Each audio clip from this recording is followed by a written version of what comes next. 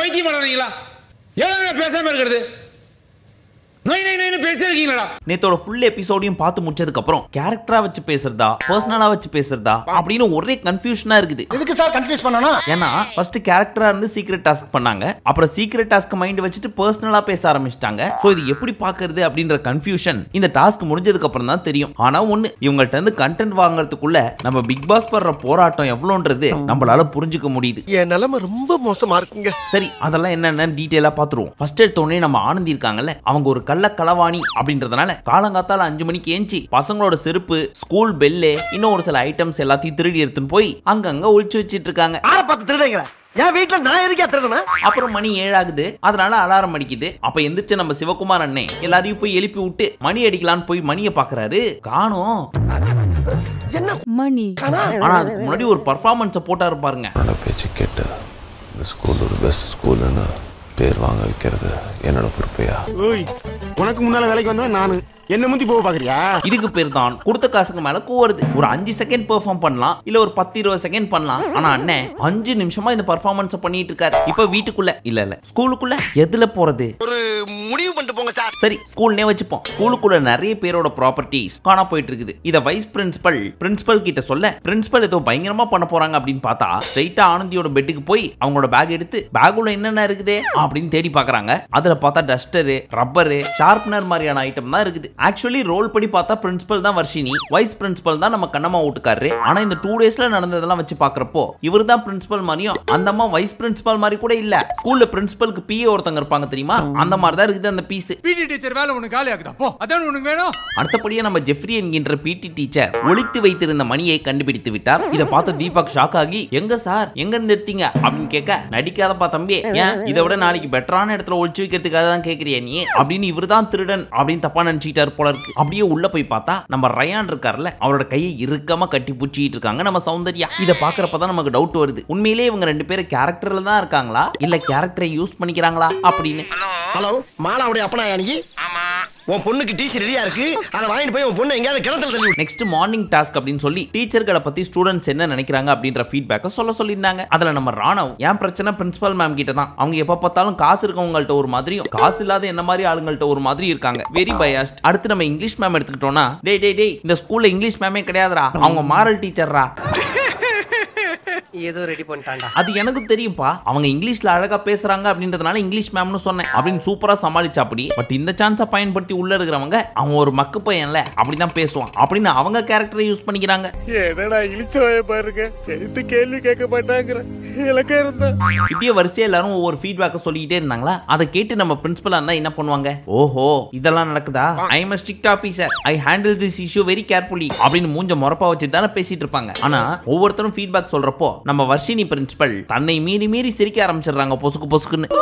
அவனை சிரிக்க வேணா சொல்றா, அசிங்கமா இருக்கு. இது மட்டுமா, நம்ம ரஞ்சித் அண்ணன் இன்னொரு சம்பவம் பண்ணாரு. அவர் என்ன ஃபீட்பேக் கொடுத்தாரு, நான் உள்ள வந்த உடனே இந்த ஸ்கூல்னு நினைச்சேன், ஆனா வந்ததுக்கு அப்புறம் தான் தெரியுது இந்த மாதிரி ஒரு ஸ்கூலுக்கு விபி தேவையா அப்படின்னு யோசிச்சேன். இப்படி நம்ம கண்ணம்மா வீட்டுக்கார டேமேஜ் பண்ண உடனே நம்ம பிரின்சிபல் வர்ஷினி கைதட்ட ஆரம்பிச்சிட்டாங்க. அட்டேங்கப்பா ரொம்ப அற்புதமா பேசுறானே இந்த பையன் அப்படின்னு. பட் அதை சொல்லி முடிச்சுட்டு இந்த ஸ்கூலுக்குலாம் ஒரு பிரின்சிபல் தேவையா அப்படின்னு வர்ஷினியும் டேமேஜ் பண்ணி விட்டாரு. அதை பார்த்துட்டு அந்த அம்மாக்கு சிரிப்பு அடக்க முடியல. இருந்தாலும் மூஞ்ச முறப்பா வச்சுட்டு பேச ட்ரை பண்றாங்க. அதை பாக்குறப்ப நமக்கு தான் சிரிப்பு வருது. எனக்கு தெரியுது நீங்க எது சிரிக்கிறீங்கன்னு. அடுத்து நம்ம பிக் பாஸ் என்ன பண்ணாரு, டியர் பிரின்சிபல், உங்க அப்பா இந்த ஸ்கூல்ல இருந்த வரைக்கும் எல்லாருமே ஒழுங்கா ஷேவ் பண்ணிட்டு ஒழுங்கா டிசிப்ளினா இருந்தாங்க. ஆனா உங்க தலைமையில எல்லாரும் தாடி வச்சுட்டு சுத்திட்டு இருக்காங்க அப்படின்னு ப்ராம்ப்ட் அவர் எடுத்து கொடுக்க நம்ம பிரின்சிபலும் பேசிட்டு இருந்தாங்க. இந்த ஸ்கூலோட rules clean shave, please follow that.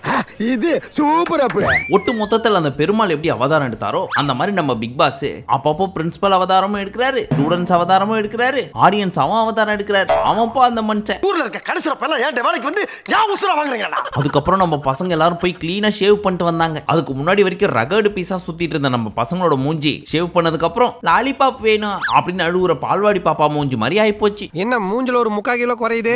Trim பண்ணிட்டல்ல. அடுத்தபடியே நம்ம ஜாக்லின் ஸ்டூடெண்ட்ஸை பத்தி ரிவ்யூ பண்ணிட்டு இருந்தாங்க. அதுல ஃபர்ஸ்ட் நம்ம தீபக்க பார்த்து ஒரு குரங்கு கதை சொன்னாங்க. ஒரு ஊர்ல ஒரு குரங்கு மாங்கோட்டையை புதைச்சு வச்சுட்டு 100 நாள் ஆகியும் மரமே வளரலன்னு சொல்லி ரொம்ப ஃபீல் பண்ணிட்டு இருந்துச்சான். அதுக்கப்புறம் அவங்க அவங்க அம்மாட்ட போய் கேட்ட உடனே அட லூசு குரங்க அது வளர்ற வரைக்கும் வெயிட் பண்ணும், அதை விட்டு நோண்டி நோண்டி பார்த்துட்டே இருந்தானா எப்படி வளரும் அப்படின்னு லவ் டுடே படத்தோட இன்ட்ரோ சீன்லாம் சொல்லிட்டு இதுல இருந்து நான் என்ன சொல்ல வரேன் அப்படின்னா, நீ சொல்லவே வேணா, நான் கிளம்புறேன். நமக்கு தெரிஞ்ச விஷயம் மத்தவங்களுக்கு தெரியணும்ன்ற அவசியம் இல்ல, தெரிஞ்சே ஆகணும் அப்படின்ற அவசியமும் இல்ல, நமக்கு தெரிஞ்சிருக்கு அப்படின்றதுனால நம்ம அறிவாளியும் இல்ல அப்படின்னு தனக்கு கொடுக்கப்பட்ட அட்வைஸில் நஞ்சு கலந்திருப்பதை போதி தர்மர் நன்கே அறிந்து கொண்டார். ஓ அப்படியா விஷயம். அடுத்த மாணவன் ரஞ்சித்துக்கு பாயிண்ட் வரட்டும் பேசிக்கலாம், பாயிண்ட் வரட்டும் பேசிக்கலாம், இப்படியே நீங்க பாயிண்ட்டுக்காக வெயிட் பண்ணிட்டே இருந்தீங்கன்னா வெயிட் பண்ணிட்டே இருக்க வேண்டியதான் தவிர்த்து பாயிண்ட் எல்லாம் வராது. அதனால வாயை திறந்து பேசுங்க அப்படின்னு என்னதான் அட்வைஸ் பண்ணாலும் அதே ஃபேஸ் ரியாக்ஷன், அதே மௌனம், அவ்வளவுதான் ரிப்ளை. அதை பாக்குறப்போ அவர் என்ன சொல்ல வரான்றது நமக்கு புரிஞ்சுச்சு. நீ மட்டும் இல்லமா உன் தாத்தனுக்கு தாத்தா வந்து என்ன பேசு கோவப்படு அப்படின்னு சொன்னாலும் this is my only reaction. So அடுத்த ஆளை பார்த்துட்டு போறியா என்பதுதான் அண்ணனின் மைண்ட் வாய்ஸ். இப்படி குறுகுறுன்னு பாத்தீனா நான் உன்னை பார்த்தா நீ என்ன பாக்குறது எனக்கு தெரியும்.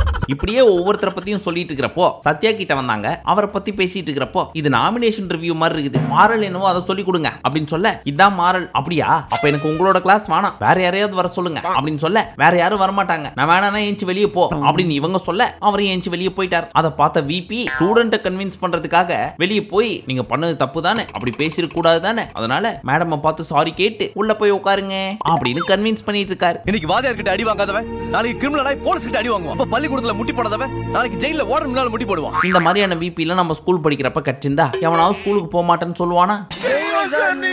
இது என் கடமை. இப்ப ஸ்கூலுக்குள்ள சத்யாவும் பவித்ராவும் லவர்ஸ். ராணவுக்கு பவித்ரா மேல ஒருதலை காதல், ஏதோ ஒரு மனஸ்தாபத்தினால சத்யாக்கும் பவிக்கும் சண்டை வருது. அப்போ நம்ம ராணவ் ஒரே கல்ல ரெண்டு மாங்க அடிச்சார். அது என்னன்னா டாஸ்க் தாண்டி ராணவாவும் பெர்ஃபார்ம் பண்ணும், அதே சமயம் இந்த ரோல்ல பவிக்கும் சத்யாக்கும் சண்டை அப்படின்றதுனால அந்த மகிழ்ச்சியான தருணத்தையும் என்ஜாய் பண்ணும். சோ அதை எப்படி வெளிக்காட்டுறாரு அப்படின்றத கொஞ்சம் நீங்களே பாருங்களேன்.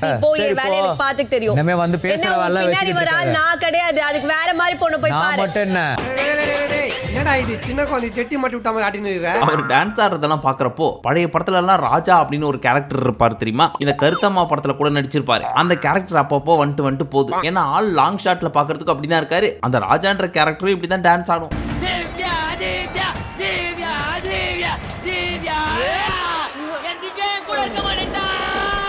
அடுத்தபடியாக நாமினேஷன் ஃப்ரீ டாஸ்க் அப்படின்றதுக்காக பாய்ஸ் டீமும் கேர்ள்ஸ் டீமும் போட்டி போடணும் அப்படின்னு சொல்லியிருந்தாங்க. அதுல இந்த ரோட்டோரமா செடியெல்லாம் வைக்கிறதுக்கு ஒரு கட்டுக்கம்பி கூட கவுத்து போட்டு வச்சிருப்பாங்க தெரியுமா, அந்த மாதிரி ஒண்ணு வச்சு அதுக்குள்ள பால் எல்லாம் போட்டு குச்சியாலே மேல எடுக்கணும் அப்படின்னு சொல்லியிருந்தாங்க. அப்படியே இந்த டாஸ்க் ஸ்டார்ட் ஆச்சு. ரெண்டு டீமும் பயங்கரமா போராடிட்டு இருந்தாங்க. கிட்டத்தட்ட 10-15 நிமிஷத்துக்கு அப்புறம் சக்சஸ்ஃபுல்லி கேர்ள்ஸ் டீம் ஒரு பாலை வெளியே எடுத்துட்டாங்க. அதுல ரயான் பயங்கரமான பிளான் எல்லாம் போட்டு கேர்ள்ஸுக்கு நல்லா சப்போர்ட்டிவா விளையாண்டா. அப்படி அவ்வளவுக்கு எப்படா கேர்ள்ஸ் டீம் பால் எடுப்பாங்க, நம்ம பஸர் அடிக்கலாம்னு வெயிட் பண்ணிட்டு இருந்த நம்ம பிக் பாஸ் அந்த பாலை வெளியே தள்ளின அடுத்த செகண்டே அப்படின்னு பஸர் அடிச்சு விட்டாரு. அதன்படி இந்த டாஸ்க்ல கேர்ள்ஸ் வின் பண்ணிட்டாங்க. ஆனா பாய்ஸ் டீம்ல இவங்க 5 பேரும் விளையாடிட்டு இருக்கிறப்போ நம்ம ராணவ் அப்பப்போ குச்ச உள்ள விட்டு தெரியாம பாலை தள்ளி விட்டாரு கீழே. சோ மத்த பசங்க எல்லாரும் யாரா இவன் பெர்ஃபார்ம் பண்ற அப்படின்ற பேர்ல ஏதாவது ஒண்ணு பண்ணி நம்மள டார்ச்சர் பண்ணிட்டு இருக்கானே அப்படின்னு கான்ல இவரை பிடிச்சி திட்டிட்டே இருந்தாங்க. உனக்கு ஆடவும் தெரியல, சரி பேசாம உட்கார்றானா கேட்கவும் மாட்டேங்கிற. இது எல்லாமே தலைவர் மண்டைக்குள்ள ஓடிக்கிட்டே இருந்திருக்கு. சோ நம்ம என்ன பிளான் பண்ணாரு, இருங்கடி சிக்காமலா போயிருவீங்க, இந்த கேரக்டரை யூஸ் பண்ணி எனக்கு ஒரு சான்ஸ் வர்றப்போ உங்க எல்லார் மண்டையிலும் கொட்டுறேன் பாரு அப்படின்னு சான்ஸுக்காக வெயிட் பண்ணிட்டு இருக்கிறப்பதான் ஒரு சிறப்பான சம்பவம் சிக்கிச்சு. பிக் பாஸ் தீபக்க தனியா கூப்பிட்டு இது உங்க சீக்ரெட் டாஸ்க், மேனேஜ்மெண்ட்டுக்கு தெரியாம சுவாரஸ்யமா நைட் ஒண்ணு பண்ணணும், அதை பார்த்து மேனேஜ்மெண்ட்ல இருக்க எல்லாருமே திக்குமுக்கு ஆடி போகணும் அப்படின்னு சொல்லி அனுப்பிச்சு விட்டார். சோ இதை அப்படியே எடுத்துட்டு வந்து நம்ம தீபக் அண்ணே முத்து காதுல போட சொல்லவா வேணும், அங்கேயே பயபுள்ள ஸ்கிரிப்டே எழுத ஆரம்பிச்சிச்சு. பட் இப்ப பண்ணா மாட்டிப்போம். சோ இந்த ஸ்கூல் முடிஞ்சதுக்கு அப்புறம் நைட் ஹாஸ்டல்ல எல்லாத்தையும் பண்ணுவோம் அப்படின்னு பிளான் பண்ணி ஒரு கலை நிகழ்ச்சின்னு ஒண்ணு நடத்தினாங்க. இதுக்கப்புறம் இன்னும் பயங்கரமா இருக்கும். அங்க பவித்ராவும் சத்யாவும் லவ் ட்ராக்னு ஸ்டார்ட் பண்ணி காதல் மோதல்ல முடிய இந்த சான்ஸை நம்ம பயன்படுத்திக்குவோம் அப்படின்னு சொல்லி ராணவ் பவித்ராவை தனியா கூட்டு போய் இவரோட லவ் ஊசிய போடுறார். இத பார்த்த சத்யாவுக்கு டேய் நான் இல்லாதப்ப ஆளை உசார் பண்றியா நீ, கொன்னு எரிச்சிருடா பச்சை துரோகி அப்படின்னு சண்டை போட ஆரம்பிக்கிறாங்க. ஒரு பாயிண்ட்ல சண்டை முத்தி போக ஸ்கூலுக்குள்ள கேங் வார்லாம் வர்றப்போ ஒருத்தர் மட்டும் ஆக்ரோஷமா கையில கிடைக்கிறதெல்லாம் தூக்கி போட்டு அடிச்சு உடைச்சி பயங்கரமா பெர்ஃபார்ம் பண்ணுவார் தெரியுமா. அந்த மாதிரி நம்ம சத்யா என்ன பண்ணாரு, இந்த VLC மீடியா பிளேயரை கவுத்து போட்ட மாதிரி ஒன்னு இருக்கு தெரியுமா, ரோட்டோரமெல்லாம் வச்சிருப்பாங்களே, அது கோவத்துல தூக்கி போட அது சத்யாவை கன்வின்ஸ் பண்ண நம்ம தீபக் மேல வந்து நங்குன்னு அடிச்சிச்சே. அங்க பாருங்க அங்க திருப்பி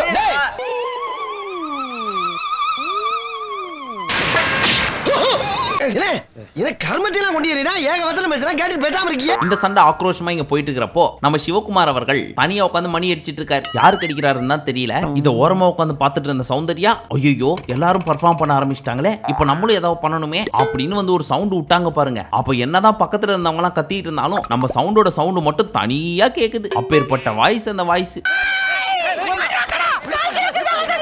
சோ ஸ்கிரிப்டின் படி நம்ம ராணுவ என்ன சொன்னாரு, இந்த ஸ்கூல்ல எவனுமே இனிமே லவ் பண்ண கூடாது, இந்த லவ் ட்ராக்ல இனிமே வந்துச்சுன்னா கடுப்பாயிருவேன் அப்படின்னு கத்திட்டு இருந்தார். அதுக்கப்புறம் சவுண்ட் இன்னும் வாய்ஸ் ரைஸ் பண்ணி ராணுவ பர்சனல் அட்டாக்லாம் பண்ண ஆரம்பிச்சிட்டாங்க. இந்த மாதிரி இவங்க ரெண்டு பேருக்குள்ள பிரச்சனை போயிட்டு இருக்கிறப்போ இந்த ரியா இருக்காங்கல்ல, அவங்க நானும் ஏதாவது பெர்ஃபார்ம் பண்ணணும் அப்படின்னு சொல்லி குறுக்க பூந்து சவுண்ட் புடிச்சு கத்திட்டு இருக்காங்க. ஆனா இந்த டிஸ்கவரி சேனல்ல எல்லாம் புலி யானை அட்டாக் பண்ண வர்றப்போ யானை அந்த புலியோட பயங்கரமா ஃபைட் பண்ணிட்டு இருக்கும். நடுவுல ஒரு குட்டியா வந்து ஏய் எங்க அப்பனியா கடிக்கிற, உன்னை என்ன பண்றன்னு பாறா அப்படின்னு சண்டைக்கு வரும் தெரியுமா. அந்த மாதிரி ரியா பயங்கரமா கத்திட்டு இருக்காங்க சவுண்ட பார்த்து. ஆனா அந்த பைப்புல 5 பைசா கூட இந்த பீஸ மதிக்கல. எங்கயாவது ஓரமா போய் பெர்ஃபார்ம் பண்ணு போ அப்படின்னு தள்ளி விட்டாங்க. ஒரு பாயிண்ட்க்கு மேல எல்லாருமே பயங்கரமா பெர்ஃபார்ம் பண்ண ஆரம்பிச்சிட்டாங்க. நம்ம ராணவ் என்ன பேசுறனே தெரியாம புதுசா ஒண்ணு பண்ணணும் அப்படின்னு யோசிச்சு தனக்குள்ள இருந்த பர்சனல் பிரச்சனையை அப்படியே லைட்டா உள்ள கொண்டு வந்தார். எல்லாருமே நான் ராயன் ராயன் கூப்பிடுறீங்க, என் பேர் ராணவ், நான் வந்து 10 நாள் ஆச்சு, இன்னுமே என் பேரே தெரியல உங்களுக்கு இப்படின்னு கத்திட்டு இருந்தாங்களா. இதுக்கு நம்ம மஞ்சரி ராணவ் ப்ளீஸ் கோவப்படாதீங்க, பொறுமையா இருங்க, என்ன கூட தான் மஞ்சரின்னு கூப்பிட சொன்னா மஞ்சுரின்னு கூப்பிடுறாங்க, அதுக்கெல்லாம் என்ன பண்ண முடியும், அப்படி கிடையாது, இன்னும் 2 நாள் தான் இருக்கு மஞ்சுரி அப்படின்னு இவரும் மஞ்சுரின்னு சொல்ல, பாத்தீங்களா நீங்களே என்ன மஞ்சுரின்னு தான் கூப்பிடுறீங்க அப்படின்னு போற போக்கல மஞ்சுரி மண்டையில ஒரு கொட்டு. எங்க தலைக்கு எவ்வளவு தில்லு பத்தியா. ஒரு பாயிண்ட்க்கு அப்புறம் சௌந்தர்யாக்கு ரியாவை பார்க்கிறதுக்கு ரொம்ப பரிதாபமா போச்சு. இந்த பீஸ் நம்மள்ட்ட வந்து எகிரிட்டே இருக்குது. சரி ஸ்கோர் பண்ணிட்டு போட்டோம், வாமா உன் பிரச்சனை என்ன, போ என் கூட கத்தி சண்டை போடணுமா சண்டை போடு அப்படின்னு ரியாவை கத்த விட்டு வேடிக்கை பார்த்துட்டு இறங்கினாங்க பாருங்க. நம்ம சவுண்ட் குழாய் அடி சண்டையாவது குழா புட்டு சவுண்ட் ஆகுது, இந்த சவுண்டோட சவுண்ட் பார்த்தது இல்லல்ல அப்படின்னு வேற லெவல்ல இறங்கி ஒரு சவுண்ட் விட்டாங்க பாருங்க. ஐயோ ஆபத்து, படுங்கடா எல்லாரும். சொல்லு பக்கத்துல உட்கார்ந்தா அப்புறம் என்ன தப்பு பண்ற? இந்த மேட்டர் உங்களுக்கு எப்படி தெரியும்? ஊர்ல வீடு இடிக்கணும்னா ஜேசிபி கூப்பிட மாட்டோம், இவ ஜடையை புடிச்சுதான் இழுப்போம். இவங்களை கன்வின்ஸ் பண்றதுக்கு நம்ம ஜாக்லின் ஒரு பக்கம் கத்திட்டு இருக்காங்க, பிடி மாஸ்டர் ஜெஃப்ரி ஒரு பக்கம் கையை புடிச்சு இழுத்துட்டு இருக்காரு. பட் நம்ம பிக் பாஸ் இததான் இவங்கள்ட்ட இருந்து ஒரிஜினலா எதிர்பார்க்கறாரு. ஆனா ஸ்கிரிப்ட் கொடுத்தாதான் இப்படி பேசுவேன் அப்படின்னு சொல்லி தன்னோட பர்சனலை வெளியே காமிச்சாலும் ஃபைனலா மக்கள் பாக்குறப்போ அப்படிலாம் எனக்கு பேச வராது, ஏதோ ஸ்கிரிப்ட் கொடுத்தாங்க அப்படின்றதுனாலதான் இப்படி பேசினேன், ரியல் லைஃப்ல எல்லாம் சாந்தனுக்கே டஃப் கொடுக்குற லெவலுக்கு நான் சாந்தமா இருப்பேன் அப்படின்னு ஒரு போட்டு போயிருவாங்க. உலக நடிப்புடா சாமியோ. இன்னொரு பக்கம் நம்ம விபி ஆன கண்ணம்மா வீட்டுக்காரு ராணுவ போய் கன்வின்ஸ் பண்ணிட்டு இருக்காரு. இவ்வளவு நேரம் எல்லாரும் சுத்தி இருந்தாங்க, அதனால ஹெவியா பர்ஃபார்மன்ஸ் பண்ணிட்டாரு. இப்போ எமோஷனலா நான் எவ்வளவு ஹர்ட் ஆயிருக்கேன் அப்படின்றத காமிக்கணும்ன்றதுக்காக ப்ரோ உங்களுக்கு புரியுதா ப்ரோ நான் எவ்வளவு கஷ்டப்படுறேன்னு உட்காருங்க ப்ரோ அப்படின்னு ஒரு பர்ஃபார்மன்ஸ் பண்ணாரு. அதை வச்சு கூட நம்ம கண்ணம்மா வீட்டுக்காரரு கண்டுபிடிக்கல இந்த பீஸ் பச்சையா நடிச்சிட்டு இருக்குதுன்னு. இப்படி அவுட் ஆஃப் கண்ட்ரோல் போறீங்க ப்ரோ, எனக்கு காண்டாவுது ப்ரோ. ப்ரோ உங்களுக்கு புரியுதா ப்ரோ, நீங்க உட்காருங்களா ஒரு நிமிஷம். ப்ரோ எனக்கு பெரிய வருது ப்ரோ. இப்போ ப்ரோ என் வீட்ல எல்லாரும் பாத்துட்டு இருப்பாங்க ப்ரோ, இப்போ வந்து என்ன ராணவன்னு கூப்பிடாம ராயன்னு கூப்பிட்டு இருந்தா அவங்களுக்கு கஷ்டமா இருக்காது? ஓ அதுக்காக நீ சண்டை போட்டுட்டு இருந்தா அதையும் தானே உன் வீட்ல பாப்பாங்க, அப்பா அசிங்கமா இருக்காதா ப்ரோ? அப்படி இல்ல ப்ரோ, நீங்க எல்லாம் வந்து 30 நாள் தாண்டி போயிடுச்சு ப்ரோ, நான் வந்து 10 நாள் தான் ஆகுது ப்ரோ, அது கூட 8 பேர் நாமினேஷன் பண்ணி வச்சிருக்காங்க, நான் போனா உங்களுக்கு ஓகேவா அப்படின்னு கண்ணம்மா வீட்டுக்காரரே காண்டாவற அளவுக்கு நம்ம ராணுவ ஒரு பர்ஃபார்மன்ஸ் போட்டுட்டு இருக்காரு. பாரதி கண்ணம்மால இவர் பண்ணாத பர்ஃபார்மன்ஸா இந்த பீஸ் பண்ணுது. ஆனா அப்பேற்பட்ட பர்ஃபார்மரையே கடுப்பேத்துற அளவுக்கு நம்ம ராணுவ பைப்புல பர்ஃபார்ம் பண்ணி வச்சிருக்குது. நானே பெரிய போட்டுட்டி என்னோட பெரிய மச்சான். இப்படியே பேச்சுவார்த்தை போயிட்டு இருக்கிறப்போ சௌந்தர்யாவும் ரயானும் உள்ள வந்தாங்க. ப்ரோ அவனை வெளியே போ சொல்லுங்க ப்ரோ, அவனை பார்த்தாலே காண்டாவுது, டேய் மூட்டு வெளில போடா அப்படின்னு ரயானை பார்த்து கத்தி தன்னோட தனிப்பட்ட வன்மத்தையும் கோவத்தையும் தீர்த்து கொண்டார் ரயான். அந்த டைம் பார்த்து சௌந்தர்யா தனியா பர்ஃபார்ம் பண்ணிட்டு இருக்கிறப்போ ஓரமா உட்கார்ந்துட்டு இருந்திருக்காங்க. அது அப்படியே ஸ்லிப் ஆகி நங்குனி கீழே ஊந்து லைட்டா பம்ல அடிபட்டுருச்சு. ஐயோ அம்மா அம்மா என்னாச்சு என்ன ஒண்ணாச்சு எனக்கு எந்திரிக்க தெரியும் அம்மா ஏடிச்ச. பட் லாஸ்ட் சீசன்ல எப்படி ஜோவிகா கீழே விழுந்து பேக்ல அடிபட்டாலும் பெருசா வெளி காமிச்சுக்காம அப்படியே கேமரா முன்னாடி சமாளிச்சாங்களோ அதே மாதிரி நம்ம சௌந்தர்யாவும் வலிச்சாலும் அதை வெளி காட்டாம அந்த கோவத்தை எடுத்துன்னு போய் ராணுவத்தை காமிக்க அந்த டைம்ல ரயான் உள்ள வர, டேய் நீ எங்கடா இங்க உள்ள வந்த, லேடிஸ் ஹாஸ்டல் தான் நீ பொண்ணுங்களோட தானே இருப்ப, நீ போட அங்கிட்டே அப்படின்னு அங்கேயும் தன்னோட தனிப்பட்ட வன்மத்தை தீர்த்து கொண்டார் நம்ம ராணவ். பட் இவ்வளவு நேரம் இது எல்லாத்தையும் சாந்தமா வேடிக்கை பார்த்து கொண்டிருந்த நம்ம மஞ்சுரி டீச்சர் ஒரு பாயிண்ட்ல ராணுவ பேசுறத பார்த்து எக்ஸாஸ்ட் ஆகி தேவையில்லாம பேசாத, இந்த மாதிரி பேசிட்டு இருந்தா எலிமினேட் ஆகி வெளியே போயிருவேன், அது உனக்கு ஓகேவா, நான் வழக்கம் முக்கியம் பார்த்து பேசு அப்படின்னு கண்ணா பின்னான்னு கத்த ஆரம்பிச்சிட்டாங்க. இன்னொரு பக்கம் நம்ம ஜெஃப்ரி அவரும் ராணுவ மேல பயங்கரமா காண்டாயி என்னடா வாய திறந்தா ரூல்ஸ் ரூல்ஸ்னு பேசிட்டு இருக்கிற, ரூல்ஸ் படி நீ இப்பெல்லாம் பேசுறது தப்பு, வெளியே போடாடே அப்படின்னு புடிச்சு கத்த ஆரம்பிச்சிட்டாரு. போடா போடா வெளியில மிஸ்டர் கந்தசுவாமி. இப்படியே ஆக்ரோஷமா போயிட்டு இருந்துச்சா ஒரு மாதிரி காது கொய்ன்னு கேட்க ஆரம்பிச்சது. சோ ஒரு செகண்ட் பாஸ் பண்ண பாருங்க. அந்த செகண்ட் டெத் பெட்ல இருந்து ஏஞ்சி உட்கார்ந்த மாதிரியே ஒரு ஃபீல் ஆச்சு. சேத் பெட்லயா இருக்கீங்க. அப்புறம் அப்படியே வெளியே வந்து பார்த்தா இந்த கேங் தனியா உட்காந்து போராட்டம் பண்ணிட்டு இருக்குது. லவ் வேண்டாம் ஸ்கூலுக்குள் லவ் வேண்டாம் அப்படின்னு. நீங்க யாரா டேய் ஏன்டா இப்படி போட்டு டார்ச்சர் பண்றீங்க அப்படின்ட்டு நம்ம மஞ்சுரி டீச்சர் ஓரமா போய் உட்காந்து அழுவ ஆரம்பிச்சிட்டாங்க. இந்த கேப்ல நம்ம ரஞ்சித் அண்ணன் வேற ஐயோ ஒட்டு மொத்த வீடுமே பெர்ஃபார்ம் பண்ண ஆரம்பிச்சிச்சே. நம்ம மட்டும் எப்படி எப்பவும் மாதிரி வேடிக்கை பாக்குறது, ஒரு 5 செகண்டுக்கு மட்டும் பெர்ஃபார்மன்ஸை போட்டு போயிருவோம் அப்படின்னு. இது என்ன ஸ்கூலா இல்ல வேற ஏதாவது அப்படின்னு ஒரு ஸ்மால் பெர்ஃபார்மன்ஸை போட்டு முடிஞ்சது இதோட நாளைக்கு பெர்ஃபார்ம் பண்ணா போதும் அப்படின்னு வெளியே போய் உட்காந்துக்கிட்டாரு. இந்த கேப்ல நம்ம ரியா வேற சௌந்தர்யாவை நோண்டிட்டோம். இப்ப கொஞ்ச நேரம் போய் ஜெஃப்ரியை நோண்டுவோம் அப்படின்னு போய் அவரை நோண்ட அவர் காண்டாயி கார்டன் ஏரியாக்கு வந்து ஷர்ட்டை கழட்டி போட்டு ஆக்ரோஷமா சண்டைக்கு போறாரு உள்ள. இதுக்கு மேலயும் பொறுமையா இருந்தனா இந்த மீச வச்சதுக்கே அர்த்தம் இல்லாம போயிடும். பொளந்துறேன். அந்த டைம் பார்த்து ரியா ஹெவியா பெர்ஃபார்மன்ஸ் பண்ணிட்டு இருக்கவும் பிடி மாஸ்டர் அப்படின்றதையும் மறந்துட்டு நம்ம ஜெஃப்ரி கேரக்டர்ல இருந்து வெளியே வந்து ஒரு மாதிரியான பாடி லாங்குவேஜ்ல காமிச்சு பேச ஆரம்பிச்சிட்டாரு. பாவம் அந்த பயப்புண்ணி என்ன பண்ணும், ஒரு பாயிண்ட் வரைக்கும் எல்லாரையும் கண்ட்ரோல் பண்ணிச்சு. அதுக்கு மேல இங்கே தவிட்டு இருந்துச்சு. இதுக்கு மேல முடியாது இறங்கிட வேண்டியதுதான் அப்படின்னு கேரக்டரை விட்டு வெளியே வந்துட்டு கண்ணா பின்னான்னு கத்த ஆரம்பிச்சிட்டாரு. அவளை அடிக்கும் போது யாரும் தடுத்தீங்க. கேப்ல நம்ம மஞ்சரி அழுதுட்டு இருந்தாங்கல்ல, அப்ப அவங்க உக்கிரமா கோவமாயி அவனை அறையணும் போல இருக்குது அப்படின்ட்டாங்க. அந்த அளவுக்கு இருந்துச்சு நம்ம ராணுவோட ஆக்டிங். ஆனா நமக்கு என்ன தோணுச்சுன்னா ராணுவும் பர்சனலா இறங்கிட்டாரு, மத்த ஹவுஸ்மேட்ஸுமே பர்சனலா பேச ஆரம்பிச்சிட்டாங்களோ இந்த டாஸ்க் அண்ட் கேரக்டரை யூஸ் பண்ணி அப்படின்னு தான் ஃபீல் ஆச்சு. பட் இங்க நடக்கிறது ஒண்ணுமே தெரியாத நம்ம ஜாக்லினுக்கு ஆல்ரெடி வேற ஒரு பிரச்சனை இருக்கு. Girls problem. நைட்டு ஒழுங்கா தூங்கல, காலையிலயும் சீக்கிரம் எந்திரிச்சிட்டாங்க. பேக் பெயின் வேற இருக்கு. சோ இந்த ப்ராப்ளம்லாம் ரியல்னு நினைச்சுக்கிட்டு ஒரு பாயிண்ட்ல கன்வின்ஸ் பண்ண முடியாம சௌந்தர்யா கிட்ட கத்தி இதுக்கு மேல முடியாதடா சாமி அப்படின்னு பாத்ரூம் டோரை க்ளோஸ் பண்ணிட்டு தனியா உள்ள போய் அழுவ ஆரம்பிச்சிட்டாங்க.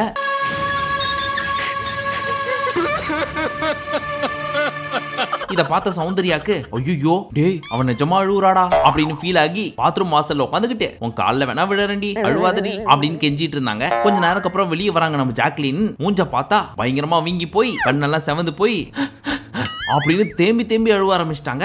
இப்ப வரைக்கும் இவங்களுக்கு இது பிராங்க்னே தெரியல. அதுக்கே இப்படி அழுதுட்டு இருக்காங்க அப்படின்னா ஒருவேளை இது பிராங்க்னு தெரிஞ்சிச்சுன்னு வச்சுக்கோங்க. எப்படி ஃபீல் பண்ணி அழுவாங்கன்றத மட்டும் வெயிட் பண்ணி பாருங்க.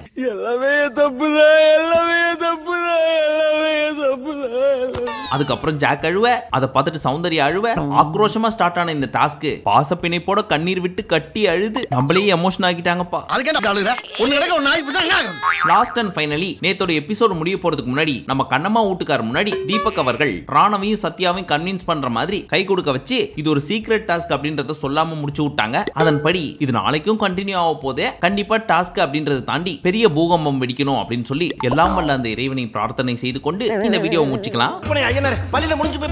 இப்போ சொல்லுங்க, உண்மையிலே இந்த பிக் பாஸ் டீம் எவ்வளவு பாவம். இந்த மாதிரி டாஸ்க் பிளான் பண்றதுக்குன்னு ஒரு டீம், ஒவ்வொரு கண்டஸ்டன்ட்டையும் பேக் எண்ட்ல இருந்து வாட்ச் பண்றதுக்குன்னு ஒரு டீம், எடிட் பண்ண ஒரு டீம், ஹவுஸ் கீப்பிங் டீம், அது இதுன்னு சொல்லி ஒரு மிகப்பெரிய டீமே பேக் எண்ட்ல ஒர்க் பண்ணிட்டு இருக்குது. ஆனா வீட்டுக்குள்ள இன்னும் மோஸ்ட் ஆஃப் த பீஸுங்க ஜாலியா மிச்சர் சாப்பிட்டுக்கிட்டு பர்ஃபார்ம் பண்றவங்கள வேடிக்கை பார்த்துட்டு உட்காந்துட்டு இருக்குதுங்க. சோ இந்த பிக் பாஸ் டீமுக்கு தான் என்ன ஆறுதல் சொல்றதுன்னே தெரியல. கவலைப்படாதீங்க, வீக்கெண்ட் வந்து நம்ம சேதன மத்ததெல்லாம் பார்த்துப்பாரு. பட் இதே ஸ்கூல் டாஸ்க் சீசன் 3ல பார்த்திருக்கோம். கவின், சாண்டி, முகேன், தர்ஷன், லாஸ்லியா இப்படி நிறைய பேர் பிரிச்சு எடுத்திருப்பாங்க. ஆனா இங்க ஒன்னும் சொல்றதுக்கு இல்ல. சரி, இன்னைக்கு வேற கங்குவா ரிலீஸ் ஆகுது. பார்த்துட்டு வந்து உங்களுக்காக ரிவ்யூ பண்றேன். அதுவரை நன்றி, வணக்கம், நமஸ்தே, நமஸ்கார்.